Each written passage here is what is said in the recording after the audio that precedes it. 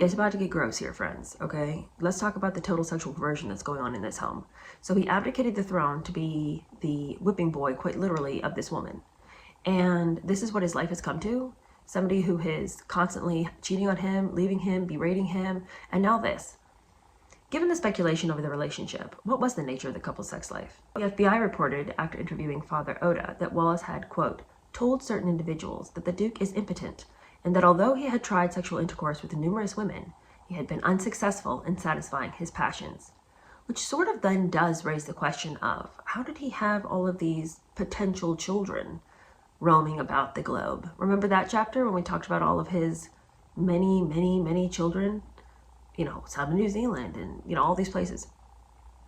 If he cannot complete the act, how does one get pregnant by this man? Questions linger.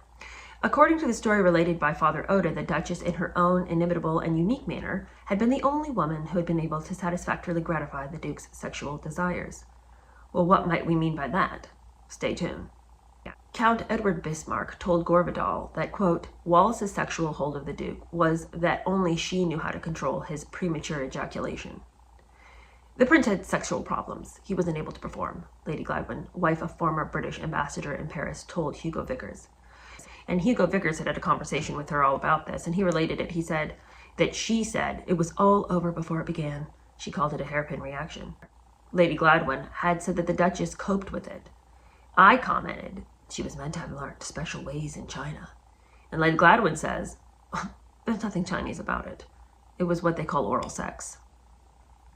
So, you know, in a day and age in which that was not necessarily one of the go-to behaviors, activities that one might do in one's bedroom, it was really shocking that she would have engaged in this kind of behavior. It was not done.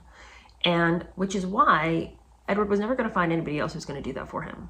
All the other ladies he was seeing, nah, they're not down for that job. And Wallace was. And where he had felt unable to perform and probably felt quite repressed, she managed to find a way to satisfy him. I think it would be very difficult if you had never experienced that, like, intimacy, a completed intimacy with anybody, and then you find somebody who is willing to figure out a way that works for you. I think it would be very difficult for any man to want to abandon that.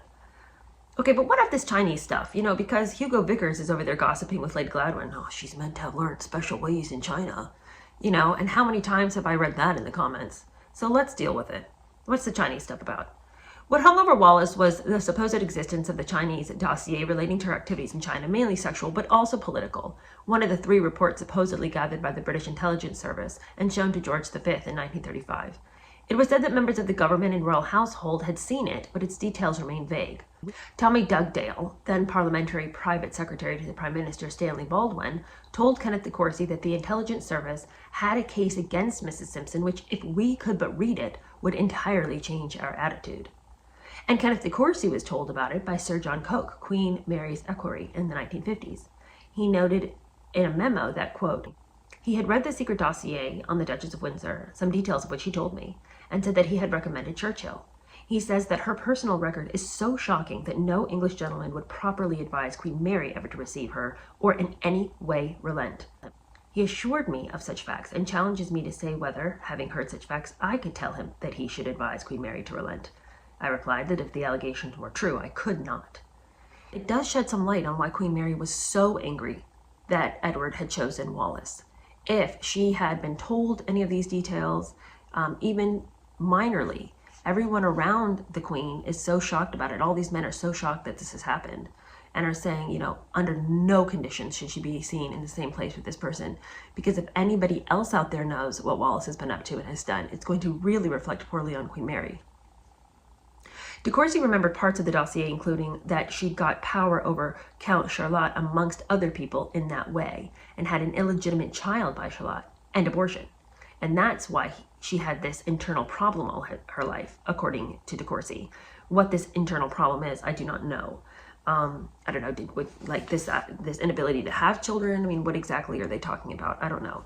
She did seem like she was in the hospital a lot for various things, but it was like stomach cancer and things like that, and facelifts. The existence of the China dossier has never been proven. Even so, Dudley Forwood told Charles Higham in 1987, the techniques Wallace discovered in China did not entirely overcome the prince's extreme lack of virility.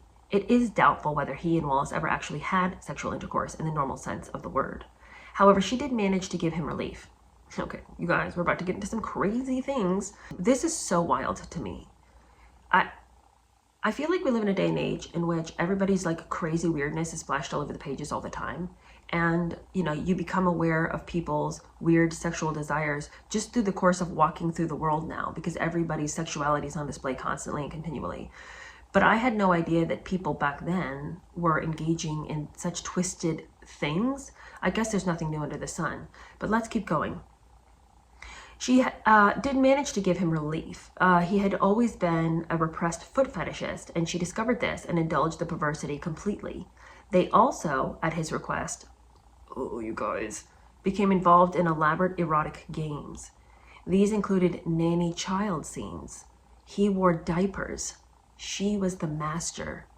She was dominant. He happily submissive. Ah, diapers. Diapers? What? I mean, it's one thing to have sorted out in your own mind that the way your wife talks to you is some kind of, you know, fun sexual, I don't know, foreplay or something. Like, you know, if you've intentionally decided to misrepresent her dismissive words to you and her belittling words to you as some kind of fun little challenge, okay, fine, whatever. I mean, I think that in and of itself is the evidence that you are very internally broken. If you are willing to look at somebody belittling you as some kind of fun sexual arousal game. But the minute you grown-ass man decide to put on a pair of diapers and ask your wife to beat you with a whip, which we'll get into, something's broken. Nicky Haslam agrees about the infantilism. I mean nappies, he says. They were all sexually screwed up by Queen Mary. Potty Gloucester, the Duke's brother, liked wearing Queen Mary's clothes, though he wasn't gay. The Duke was certainly gay, I know that for a fact. Queen Mary, the last royal to believe in the divine right of kings, had never interfered in the callous bullying that George V meted out to his children. Of course, none of them came up to George V for horrors, says Diana Mosley. There's a ghastly photograph in my book where they're being drilled by their father and they're all in floods. I mean, too awful. Being bullied as a little boy, given orders and punishing for being naughty, Michael Block gathered from his sources, were to the Duke's taste. Somewhere along the line, this boy decided that being verbally and physically abused was something positive. There was something that he gained from it. There was some kind of excitement in it for him. Charles Wilson, whose mother was married to Ulick Alexander, keeper of the Privy Purse, was told by her that Edward gained pleasure from being beaten by Wallace, who delivered the strokes with her own small whip.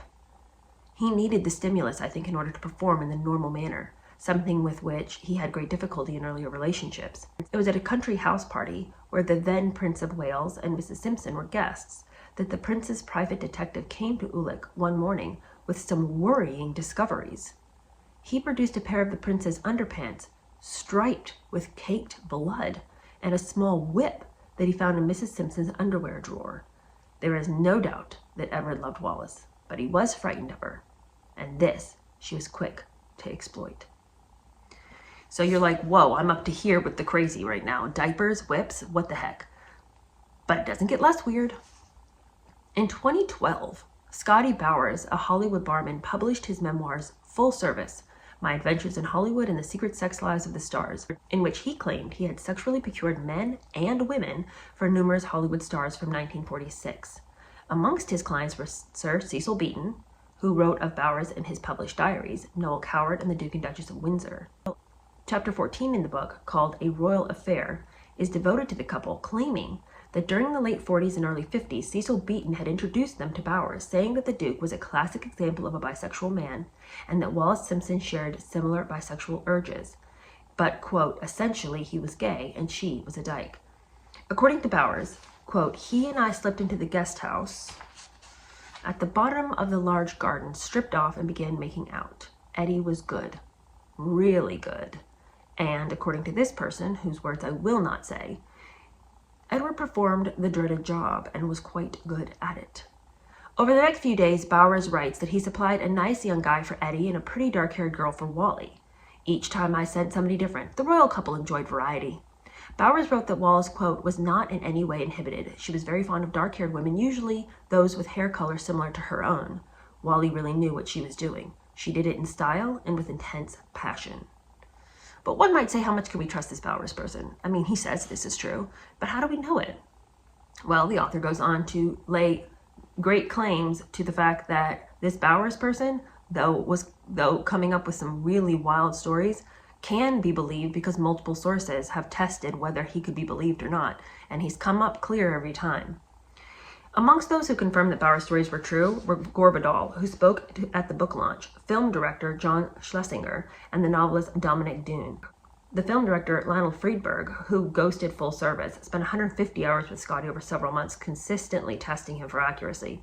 Not once did he deviate from what he had said before. He had a photographic memory down to remembering number plates from years before. I don't think he could tell a lie. I don't doubt that everything he said about the Windsors was true. Now, my only contention with a statement like that is, yes, a person who consistently tells the same story is probably telling the truth. But if he tells you what the license plate on a car was, how do you know whether that's true or not? You didn't see the license plate. So he could be like, yeah, and then the car drove by with 87651. Okay, well, how do you know? Anyway, other people also confirmed. A documentary, Scotty and the Secret History of Hollywood, directed by Matt Tyrnauer, was released in 2017. Tyrnauer, who told me he interviewed Bowers on and off camera over a 3-year period, confirms that his independent reporting lined up with the information in Friedberg's earlier interviews. Additionally, Tyrnauer interviewed more than 40 friends and associates of Bowers, including men who were sex workers at Bowers' gas station in the 1950s, all of whom corroborated Bowers. Friedberg's views about Bowers' veracity are as follows.